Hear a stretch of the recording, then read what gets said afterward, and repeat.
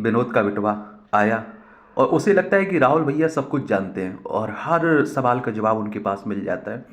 तो बोला, भैया कभी आपने शक किया है किसी पर? तो मैंने बोला, मैं तो नहीं किया है शक। और मैंने बोला, वो शक की मेरे पास गुंजाइश ही नहीं है।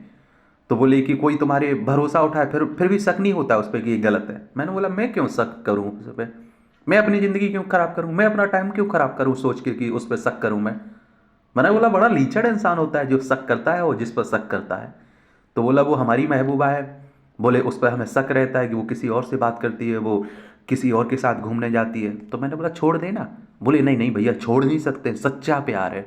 मैंने बोला, गजब यार, सच्ची आशिकी है। बोले, वो किसी न किसी दिन बोले मिलती है, बोलती है कि वो हमारे दोस्त हैं ये। और बोले उसे उसका हर 2-4 दिन में एक नया दोस्त बन जाता है। तो मैंने बोला, तो क्या कर सकते हैं, बन जाता होगा दोस्त है। बोले, भैया छोड़िए, वो अपने अंकल के साथ थाईलैंड गई हुई थी। तो मैंने बोला, अंकल ही तो है थाईलैंड। तो बोले, कौन सा तीर्थ स्थान है थाईलैंड? तो मैंने बोला कि वो तीर्थ स्थान होगा, हम तो नहीं गए। तो बोला, भैया वो कोई नहीं है, वहाँ लोग एंजॉय करने के लिए जाते हैं। और बोले, भैया वो अरे यार लगा की बात करती है और यार मतलब दारू पीती है, सिगरेट पीती है अपने अंकल के साथ। तो मैंने बोला, यार ओपन माइंडेड होगी? तो बोले, हाँ भैया वो भी यही कहती है कि वो ओपन माइंडेड है हम, और वो ओपन चिल रहना चाहिए। मैंने बोला, अच्छी बात है। और बोले, सर भैया पता है वो अपने सर के साथ घूमने जाती है, दारू पीती है, गोवा जाती है, और बोले सिगरेट पीती है। बोले, भैया रात रात भर उसके साथ घूमती है। तो मैंने बोला, यार फिर? बोले, भैया हमें तो कभी कभी शक होता है। तो वो दुनिया भर की बातें सुनाता रहा मुझे। फिर लास्ट में जब सब कुछ खत्म हो गया, बड़ा रोआसा था। अब सच्चा प्यार हुआ होगा भाई। तो मैंने बोला, साले जब सब कुछ पता है फिर काहे को ऐसी तैसी करा रहा है? जब मालूम है कि सामने वाला लीचड़ इंसान है, फिर काहे उसको उसके बारे में चक्कर में पड़ा हुआ है? तो बोले, भैया सच्चा प्यार करता है। मैंने बोला, तुम सच्चा प्यार करते रह रहे, वो कहीं और सच्चा प्यार कर रही है। वो बेस्ट फ्रेंड होगा नहीं, वो कोई हमारा एक कह रहा था, बोले बोले भैया पता है आपको, बोले सच्चा जो फ्रेंड होता है वही साला मलाई खा जाता है। बोले जो ये बॉयफ्रेंड होते हैं ये बोले बोले सब बोले मलाई बनाते रह जाते हैं।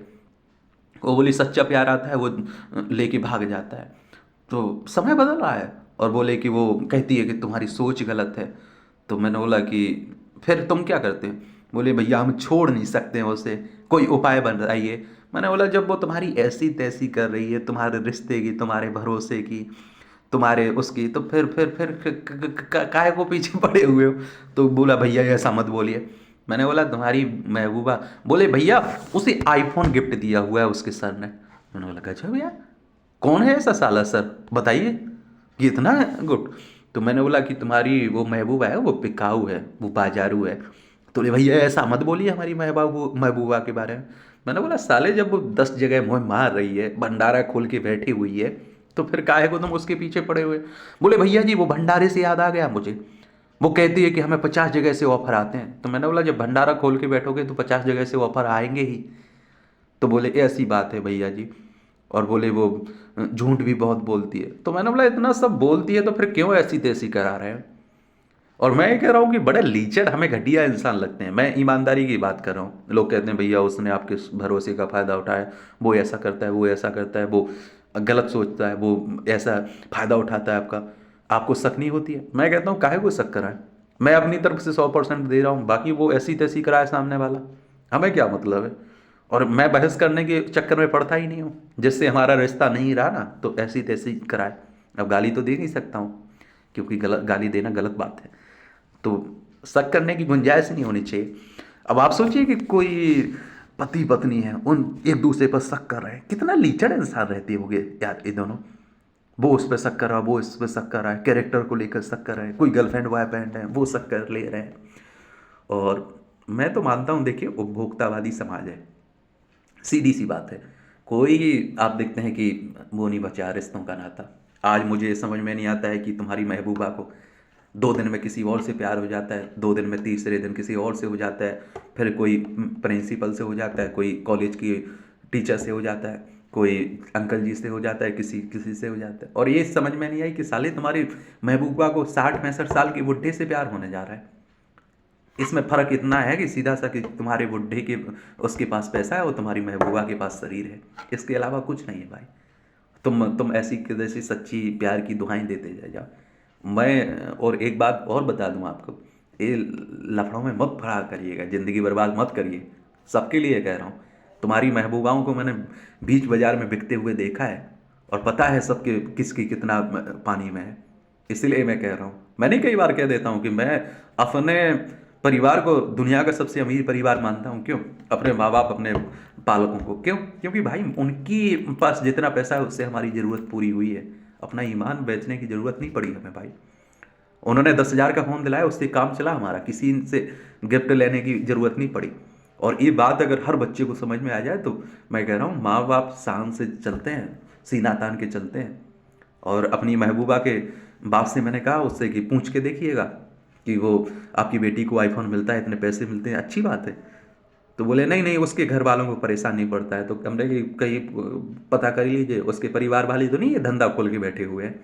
तो बोला भैया ऐसा मत बोलो हमारी गर्लफ्रेंड के बारे में। मैंने बोला साले जब सब कुछ सामने रखा हुआ है टेबल पे, उसके बाद भी साला बोल रहा है कि हमारी महबूबा के बारे में सच्चा प्यार करती है वो हमारी हमसे है। उसे उससे बोलती है कि वो बोलता है कि भैया, वो कहती है कि हम हमारा बेस्ट फ्रेंड है वो, हम शेयर बातें शेयर करने के लिए उससे दोस्ती रखे हुए हैं। तो मैंने बोला पता नहीं क्या क्या शेयर कर रही है। अब बताइए, तुम्हारा बॉयफ्रेंड और साले तुमसे अगर वो कंफर्टेबल होकर बातें शेयर नहीं कर पा रही तो दूसरे की जरूरत पड़ रही, क्यों पड़ रही है भाई? कुछ तो गड़बड़ है। तो इसलिए कह रहा हूँ मस्त रहिए, बिंदास रहिए और भरोसा करिए तो आंख बंद करके करिए, सीधी आंख खोल के नहीं। और भरोसा टूटता है तो ऐसी तैसी कराने दीजिए भाई, सीधी सी बात जिंदगी में फंडा यही है। और मैं ये कह रहा हूँ कि हजारों लोगों की लिस्ट बना दूंगा मैं, जो कोई पैसे से, कोई भरोसे से, कोई जज्बातों से फायदा उठा के गए लोग। मैं सालों की तरफ देखता भी नहीं हूँ, मैं जानता नहीं हूँ। अगर वो सामने कोई आ जाए ना तो मैं कहूँ कौन भाई, हकीकत कह रहा हूँ, कोई पैसे से फायदा उठाता है तो मैं ये तरस आता है कि बताइए वो शायद हमसे मांग ले पैसे कि भैया ये ज़रूरत है, ऐसा करना है, तो उसे दे दूँ। लेकिन अगर फरोदा भरोसा फायदा उठाता है तो ये साला मैं क्या उस पर दिमाग लगाऊं, सीधी सी बात है। ऐसी तैसी करा भाई, उसकी ज़िंदगी, वो उसके पास जो दिमाग है वो कर सकता है। अब मेरे पास इतना दिमाग नहीं है भाई, मैं ना ज़्यादा दिमाग लगाता हूँ भाई।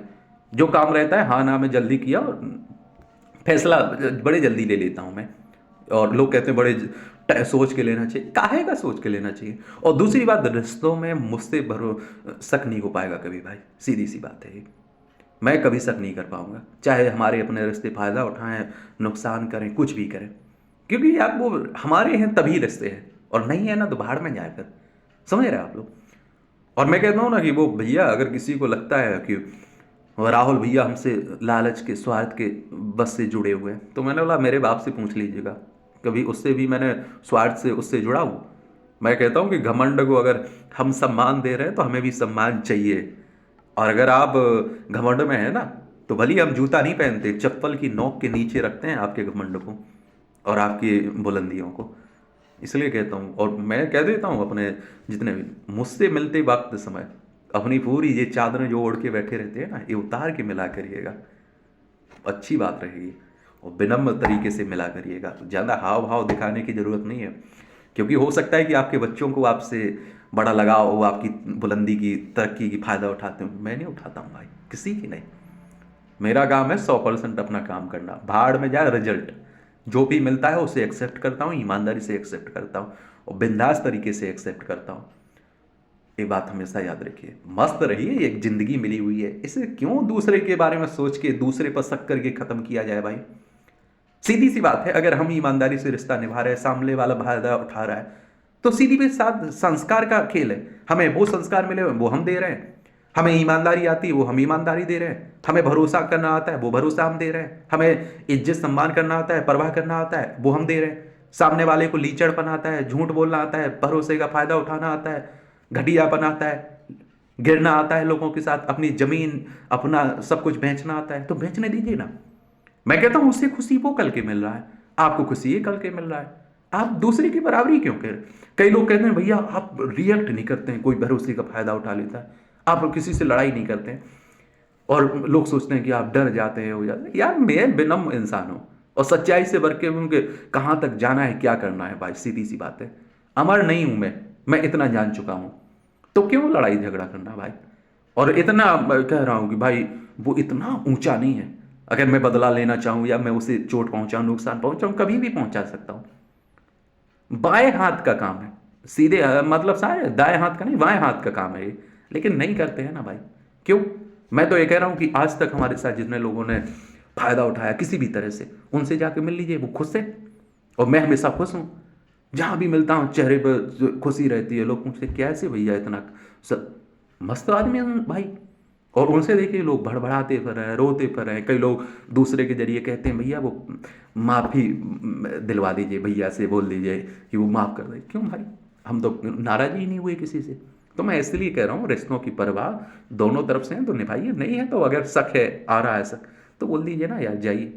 मैं तो अपना बोल देता हूँ, कभी अगर ज़िंदगी में शादी की, वैसे तो आशा नहीं है करने की तो पता है, तभी मुझे अगर दोनों में बनती हुई नहीं दिखाई देगी ना, तो मैं बोल दूंगा भाई अलग हो जाइए, अपना रास्ता अपनाइए, हम अपना रास्ता। हमारे साथ जब कोई रह रहा तो ईमानदार, मैं हमेशा कहता हूँ जिसके साथ जब रहता हूँ मैं बड़ा ईमानदार रहता हूँ, और मैं भी उम्मीद यही रखता हूँ भाई, सीधी सी बात है। और पहली बात है, सम्मान चाहिए भाई। अगर सम्मान नहीं दोगे, दुनिया बर्बाद हो जाए, मैं कह रहा हूँ सब मिट जाए, रोड पे आ जाओ, समझौता नहीं किया जाएगा भाई। नमस्कार।